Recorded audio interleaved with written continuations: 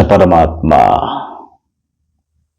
నీకు మోక్షము రావాలంటే నువ్వు కూర్చుని దగ్గరకి నీకు పుణ్యము నువ్వు మూట కట్టుకోవాలంటే నువ్వు 100 కొబ్బరికాయలు కొట్ట అవసరం లేదు, 100 దేవాలయానికి వెళ్ళి దర్శనం చేసిన అవసరం లేదు, 100 తీర్థయాత్రలకు వెళ్ళి అవసరం లేదు. నీకు వేగముగా వర్షము పడే తరువాత విత్తనము నాటుకుంటే ఆ విత్తనము ఎంత వేగముగా మొలకెత్తునట్లు నువ్వు చేసిన ప్రతి ఒక్క పుణ్యానికి మోక్షము కలగాలంటే ఒకే ఒక్క కర్మ నువ్వు చేస్తే ఎంత వేగముగా ఆ పరమాత్ముడు దగ్గరికి చేరి ఆ మోక్షాన్ని ప్రతిఫలము నీకు దొరుకుతుందని తెలుసుకోవడమే ధర్మము అనుకోవచ్చు. వృద్ధుడైపోని వాళ్ళకి కాలము రేపో నాడో 1 నెల 1 ఏడాది తర్వాత చనిపోయి పూర్వకగా ముసలి వాళ్ళకు సేవ చేయడము, వాళ్ళకు కావలసిన ఆహారము అందివ్వడము, నువ్వు ధనవంతుడివైతే నీకు సమయము చూసుకొని నీ కర్మ చేసుకొని వాళ్ళకి కావలసిన ప్రతి వస్తువు అందిస్తే దానికి మించిన పుణ్యము ఈ ప్రపంచంలో మరొకటి లేదని తెలుసుకోవడమే ధర్మం.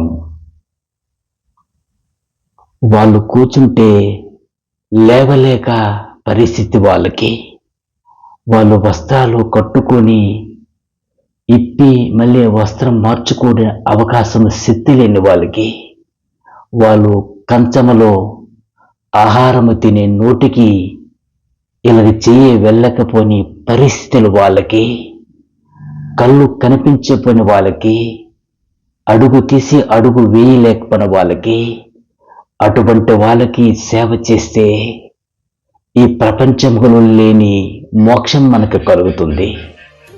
అటువంటి సేవ చేస్తే మనకు వేగముగా ఆ పరమాత్ముడు మనకి పుణ్యము మూట మన దగ్గరికి ఇస్తాడు.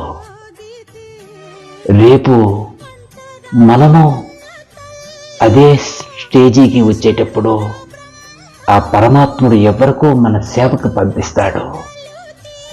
మనము వయసులో ఉన్నాము, ఓపికతో ఉన్నాము, ధనముతో ఉన్నాము, మంచి దృష్టితో ఉన్నాము, మంచి ఆనందంగా ఉన్న సమయంలో అటువంటి పేదవాళ్ళకి మనము సేవ చేస్తే తప్పకుండా పరమాత్ముడు మనకి కావలసిన ప్రతిఫలం ఇస్తున్నాడు. ఆ వయసులో అదే స్టేజిలో మనము ఒకనాడు పోతే ఒకనాడైనా మనకి ఆ పరిస్థితి వస్తుందని తెలుసుకోవడమే ధర్మము అనుకోవచ్చు. ప్రతి మానవుడు, ప్రతి మనిషి అటువంటి ఆలోచన నిత్యము మనము దృష్టి పెడితే ఈ ప్రపంచములో, సమాజములో సనాతన ధర్మము ముసలివాళ్ళు, శక్తి లేని వాళ్ళు, వాళ్ళ సొంత మనసులు వాళ్ళకు చూడకపోయినా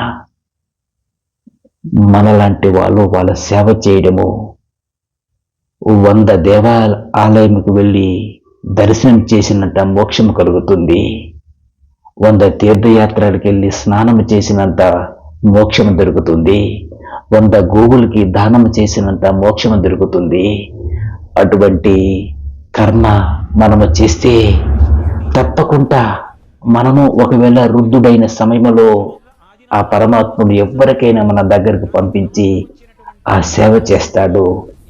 ముసలి వాళ్ళకి సేవ చేయడానికి మా ఊరిలో ఎవ్వరు లేదంటే ఒక్కొక్క గ్రామానికి, ఒక్కొక్క మండలానికి, ఒక్కొక్క జిల్లాకి అనాథాశ్రమము, రుద్రాశ్రమము అటువంటి స్థలాలకు వెళ్ళి నెలకొక్కసారి, నీకు సమయం లేకపోతే సంవత్సరానికి ఒకసారి వెళ్ళి వాళ్ళకు సేవ చేసి వాళ్ళ నోటికి ఏది కావాలంటే వాళ్ళకు కొనిపెట్టి వాళ్ళకి ఆ రుచి అనుబంధము తెలిపించినట్లయితే ఆ భగవంతుడు మనకి కావలసిన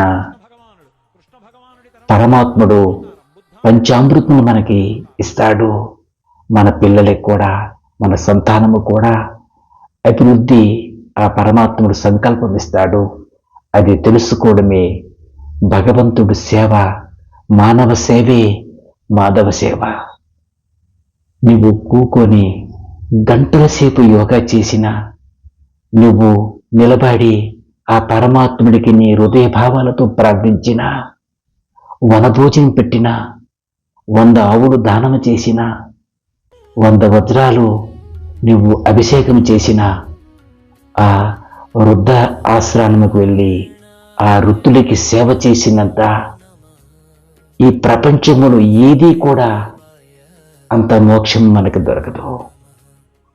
అది తెలుసుకున్నవాడే జ్ఞానవంతుడుగా మనము తెలుసుకోవచ్చు.